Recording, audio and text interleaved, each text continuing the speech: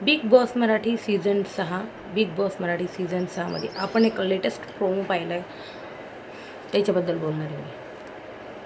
आपण लेटेस्ट प्रोमोमध्ये पाहिलं की राखी आणि सागरमध्ये एक वाद झाला आहे. सागरला चहा हवा होता, पण राखी म्हणे मी जेवण बनवते, चहा बनणार नाही. त्यावरून दोघांचा वाद खूप जास्त टोकाला गेला आणि राखी भयंकर चिडली सागरवर. आणि मग सागर, हे बघा राखी कशी आहे आपल्या सगळ्यांना माहिती, जगजाहीर आहे माहिती कशी, पण सागरचं हे रूप पहिल्यांदा आपण बघितलं आहे. आणि भाऊच्या धक्क्यावर या दोघांचीही जबरदस्त क्लास आहे. मी म्हणेल राखीची तर कमी, पण सागरची जबरदस्त क्लास लागेल. राखी जेवण फेकताना दाखवली आहे, पण तिने जेवण खरंच फेकलं आहे का? जर जर तिने जेवण फेकलं असेल तर रितेश सर याबद्दल तिला नक्कीच बोलणार. कारण जेवण फेकण्याचा वाद आहे ना बिग बॉसमध्ये खपवून घेतला जात नाही. तुम्ही काही करा, त्यांचे फेवरेट्स असतात तरी त्यांना ते एक शब्द का होईना बोलतात. पण जर राखीला एक नाही 100 शब्द बोलले जातील रितेश सरांकडनं. पण सागरला तर खूप बोलणार आहे मला वाटतं रितेश सर. आणि हे सगळं मला वाटतं प्राजक्ता शुक्रे घर सोडून गेली, रुचिता जामदार घर सोडून गेली. तर हे बघता एकंदरीत एक एक एविक्शन जे ना होत आहे, शॉकिंग एविक्शन घरातनं होत आहे. त्यामुळे हे जे आता त्यांना माहिती 5च वीक राहिले, जसं काल बिग बॉसने सांगितलं पण होतं की 5 वीक राहिले फक्त, फिनालेच्या तुम्ही जवळ आहात. तर आता प्रत्येकजण स्वतःसाठी खेळताना दिसतंय. यांनी हे सुरुवातीपासूनच गोष्टी ठेवल्या असतात ना, म्हणजे नाही का आपल्या काय तर गुड बुक्समध्ये राहणं, किंवा मग याचा विचार करणं, नेहमी ऑडियन्स पर्स्पेक्टिव्हने विचार करणं की आपण बाहेर कसं दिसू. तुम्ही जर बिग बॉसच्या घरात आला तर तुम्ही तुमची पर्सनॅलिटी दाखवायला आलेला आहे. सगळ्यात महत्त्वाचं, तुम्ही बाहेर ऑडियन्सचा काय विचार करता. ऑडियन्सला कशीही लोक आवडतात, ऑडियन्सला अग्रेसिव्ह पण आवडतात, काही ऑडियन्सला शांत लोक आवडतात, काय पण काही लोकांना मागं बोलणारी लोक, खूप लोकांना तर मागं बोलणारी लोक आवडत नाही. आणि जे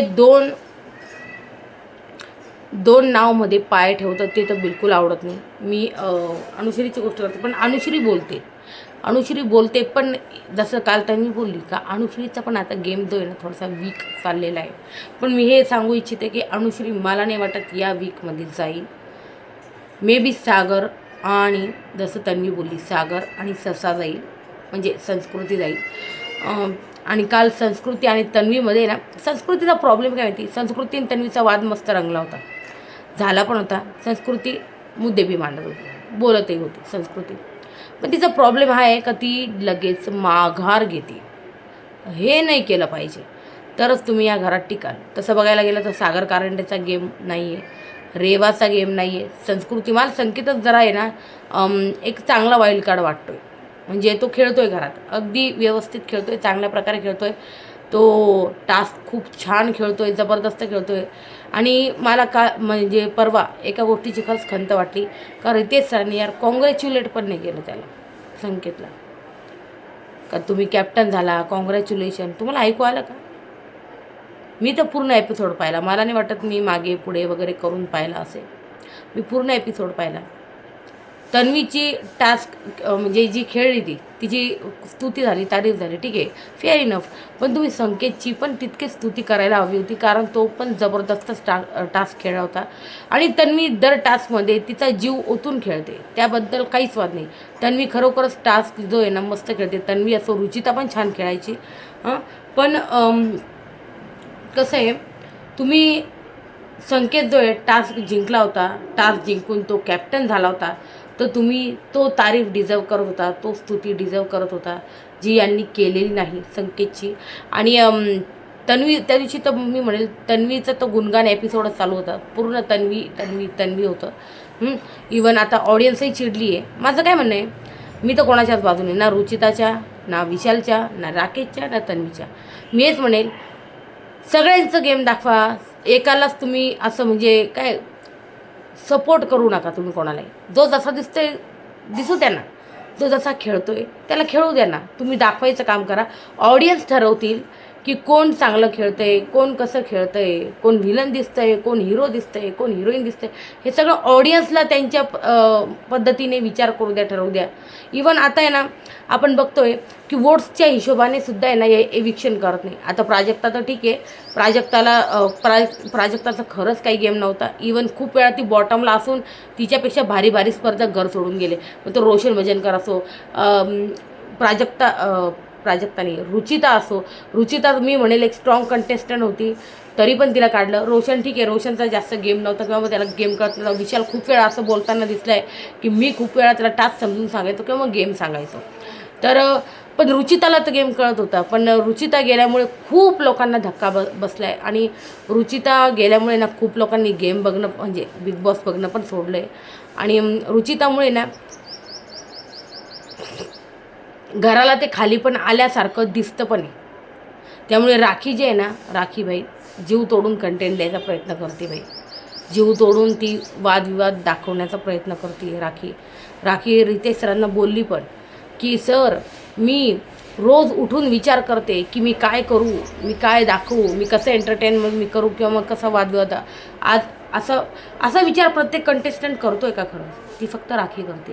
मला तर वाटतं ट्रॉफी पण घरात जर कोण डिझर्व करत असेल तर ती राखी करत असेल. कारण हे जे ना हे एक तर तन्वीला खूप जण फेक म्हणताय. खरोखर यांनी 24 तास दाखवलं असतं ना लाईव्ह, तर आपल्याला ना तन्वी कशी हे कळायला असतं, आपल्याला विशाल कसं आहे कळायला असतं, आपल्याला रुचिता कशी कळायला असतं, लोकांना बघायला मजा पण आली असती. इवन यांचं TRP पण वाढलं असतं. पर्सनॅलिटीबरोबर आहे ना कोणीच कनेक्ट नाही करू शकलो आहे.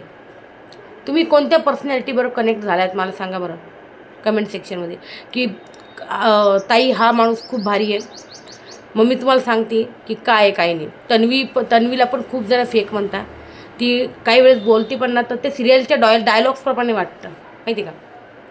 जसं ती भाऊच्या धक्क्यावर प्रभूला बोलली होती, म्हणजे भाऊ गेले वगैरे आणि मग बोलली होती ती का बघ तू तन्वीबरोबर दिसत होता, म्हणजे तन्वीबरोबर होता तेव्हा तू दिसत नव्हता, पण तू राखीबरोबर जाऊन पूर्णपणे तुझ्यावर चोराचा टॅग लागला आहे. मग तू विचार कर. म्हणजे एकदम असं असं आपण समोरासमोर बोलतो ना तसं नाही वाटलं. ते असं वाटतंय कोणतरी सिरियलचे डायलॉग्स बोलतोय. सो ते वाटलं नाही पाहिजे ना, माणूस कनेक्ट झाला पाहिजे डायरेक्ट माहिती आहे. तर ते कनेक्शन आहे ना कोणत्याच कंटेस्टंटबरोबर फील नाही आलं आहे. आता राखीला मी इतक्या वर्षापासून पाहते ना, तर मला ते कनेक्शन तिच्याबरोबर एकदम फील होतं का मला माहिती राहतं का राखी काय राडा करणार आहे, राखी एंटरटेन काय करणार आहे, सगळं माहिती आहे. इवन ती आत्ता जे जुली बनली होती मोंजोलिका, ते ती पहिले पण बनलेली आहे. सो ती एक शोमध्ये ना जान टाकण्याचा पूर्ण प्रयत्न करते, लोकांना एंटरटेन करण्याचा प्रयत्न करते, लोकांना वादविवाद दाखवते. सगळं काही राखीने ना तिच्या त्या खांद्यावर तो बोजा उचलला आहे शो चालवायचा. आणि कोणीच आहे ना त्यामध्ये एफर्ट्स टाकत नाही जितके राखी टाकते मला असं वाटतं. आणि याबद्दल तुम्हाला काय वाटतं आहे प्लीज नक्की सांगा कमेंट सेक्शनमध्ये. काय वाटतं, देऊन टाकूया राखीला ट्रॉफी? आपल्या हातात असतं ना ऑडियन्सच्या, तर आपण तर खरोखरच राखीलाच वोट्स केले असते. पण आपण कितीही वोट्स केले तर ते त्यांचंच करणार आहे. जसं मी तुम्हाला सांगितलं यार, त्यांचेच बॅट, त्यांचाच बॉल, त्यांचेच सगळं काही आहे, त्यांचं अंपायर वगैरे सगळं काही आहे. इवन ऑडियन्सप्रमाणे त्यांनी एविक्शन पण नाही केलेले. आता बोलणार काय, बोला काय बोलणार आपण? तर आपण जे आत्ता बघितलं आहे प्रोमो, त्याबद्दल मी बोलत होते. आता आपण काल नॉमिनेशन पण पाहिले. राकेशनी विशालला केलं नॉमिनेट, ते बरंच केलं मला वाटतं. बरं झालं तो विशाल जसं मॅनिप्युलेट करत होता त्याच्या बोलण्यामध्ये नाही आला आणि विशालला नॉमिनेट केलं, ते एकदम बरं झालं. कारण मॅनिप्युलेशनच्या बाबतीत ना विशालचा तर कोणी हात धरू नाही शकत. असा बसल्या समोरच्याला असं मॅनिप्युलेट करतो ना का समोरचा बाई म्हणाल का याच्यासाठी मी काय करून काय नाही. मागच्या वर्षी तसाच अरबाज होता. त्यांनी त्या वैभवला असं गुंडाळून ठेवलं होतं का वैभव नंतर बाहेर पडायला लागला पण होता. पण त्याच्या बहुतेक गोष्टी बिग बॉसने एडिट केल्या, दाखवल्या नाही, त्याच्यावर अनफेअर झालं.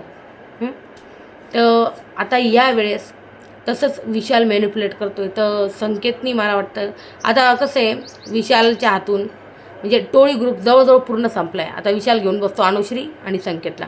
तर संकेतनी मला वाटतं त्याचं जास्त ऐकू नये, मॅनिप्युलेट होऊ नये, त्याचा गेम व्यवस्थित खेळावा. तो एक स्ट्रॉंग कंटेस्टंट आहे. इवन संकेत जर मी म्हणते जर एकदम व्यवस्थित खेळा ना तर तो टॉप 5पर्यंत पण जाऊ शकतो. पण जर तसं खेळला तो, तर आपण तसं त्याचा गेम बघतोच आहे, अजून बघायला आवडेल. तो टास्कच छान खेळतो आहे आणि त्याचे मुद्दे पण काही काही मांडले त्यांनी मागं 1-2 वेळा ते दिसलेत. पण अजून आपल्याला त्याला बघायचं आहे. जो या तिन्ही वाईल्ड कार्डमध्ये तर तोच जरा चांगला वाटला. बाकी संस्कृती मला खरोखर डम वाटली. ज्याप्रमाणे ती ते नॉमिनेशनमध्ये करत होती का राखीला टाक. अरे वेडाबाई, ती राखी तेव्हाच बाहेर जाणार जेव्हा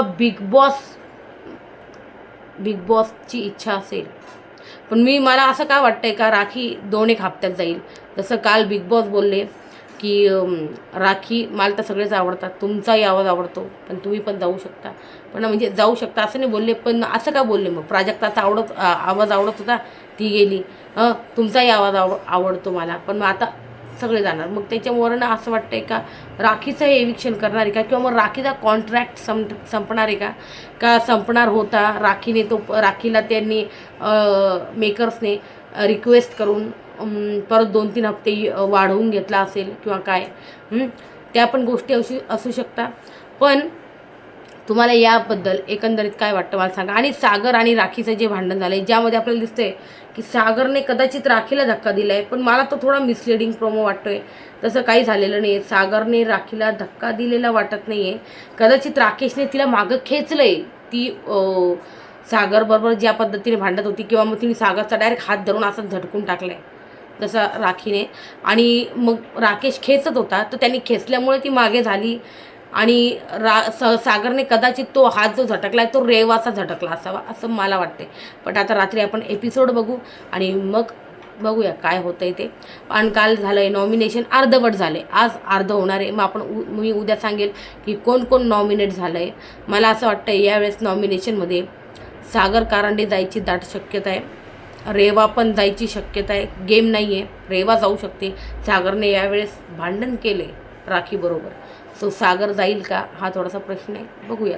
सागर, रेवा, ससा पण मला वाटतं आहे नॉमिनेशनमध्ये, तर ससाला पाठवतील का. पण रेवा, सागर, ससा, लेट्स सी कोण जातं घराच्या बाहेर. तर अर्धवट नॉमिनेशन झालं आहे. आणि तन्वी आणि अनुश्रीने काय मला काही कळलं नाही का त्यांनी गँगअप केलं, मला काही कळालंच नाही काल. तर त्याबद्दल पण रात्री रिव्ह्यूमध्ये आपण सविस्तर चर्चा करूया याबद्दल. पण मी हेच सांगायला आले होते तुम्हाला की प्रोमो थोडासा मिसलिडिंग वाटतोय मला. आणि तुम्हाला काय वाटते, तुमचे पण मला मत जाणून घ्यायचं आहे. मला थोडा प्रोमो जो आहे ना थोडा मिसलिडिंग वाटलेला आहे तिथे. सागरनी राखीला असं वाटते का धक्का दिला, पण ती इनफ इतकी लांब होती तर तो धक्का कसा काय जाऊ शकतो. आणि मग रेवाने त्याला पकडण्याचा प्रयत्न केला, रेवाचा हात झटकला आहे त्याने का नेमका कोणाचा झटकला आहे, तर त्या गोष्टी रात्री समजतीलच आपल्याला. पण सागर आणि राखीमध्ये जबरदस्त वाद जो आहे ना होताना दिसला आपल्याला. तर बघूया रात्री काय झालं आहे ते. व्हिडिओ आवडल्यास लाईक करा आणि चॅनलला सबस्क्राईब करा. भेटूया रात्री रिव्ह्यूमध्ये, किंवा मग तसं काही अजून असा प्रोमो आला बाहेर असा थोडासा शॉकिंग, तर मी परत येईल तुमच्यासमोर. Okay, till then bye bye, take care and have a nice day. Bye bye.